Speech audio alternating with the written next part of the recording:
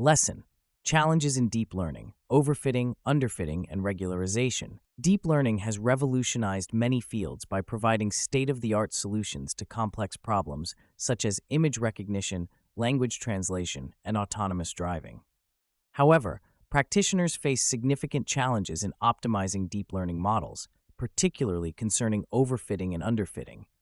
These issues arise from the inability of a model to generalize well to new unseen data, making it either too complex or too simplistic. To mitigate these issues, regularization techniques are employed, which help in achieving a balance that allows the model to perform well on both training and test datasets.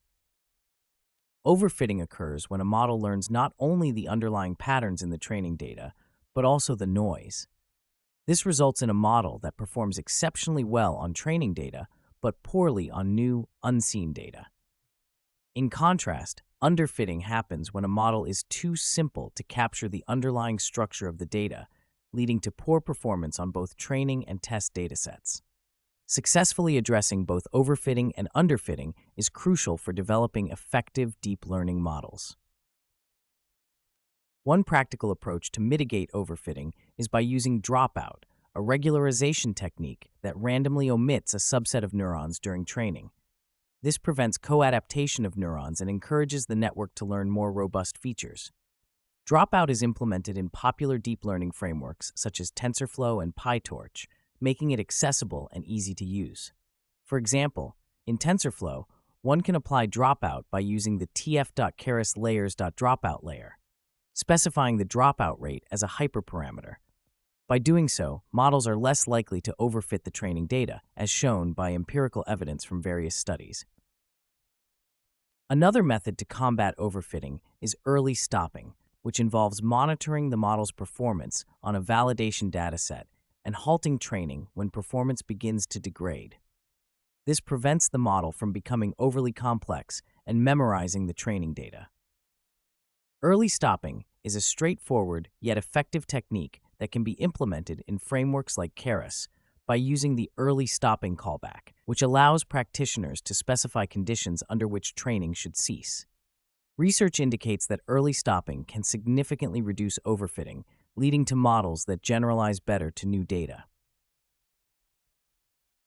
Underfitting, on the other hand, can be addressed by increasing model complexity or improving feature representation. One effective strategy is to use deeper networks with more layers and parameters, enabling the model to capture more intricate patterns in the data. However, increasing complexity alone is not enough. It must be done judiciously to avoid the risk of overfitting. Layer normalization and batch normalization are techniques that help stabilize training and allow for deeper networks without succumbing to overfitting. These techniques normalize the inputs of each layer, helping the network converge faster and improving overall performance.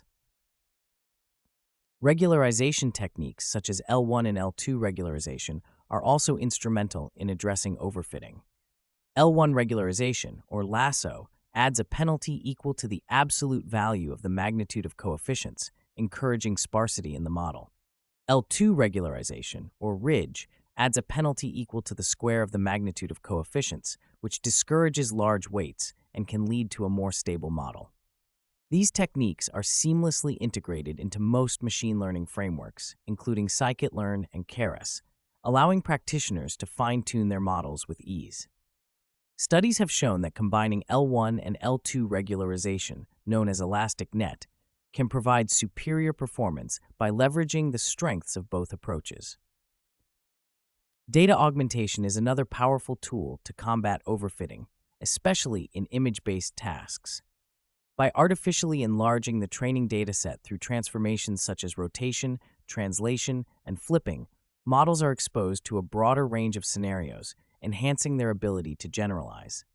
Tools like the Image Data Generator class in Keras facilitate the implementation of data augmentation, allowing practitioners to apply various transformations easily. Empirical studies demonstrate that data augmentation can significantly boost model performance by reducing overfitting and improving generalization capabilities. Cross-validation is a robust technique for evaluating model performance and ensuring that the model is not overfitting to a single train test split. By dividing the data into several folds and training the model on different combinations of these folds, practitioners gain insights into the model's ability to generalize across different subsets of data.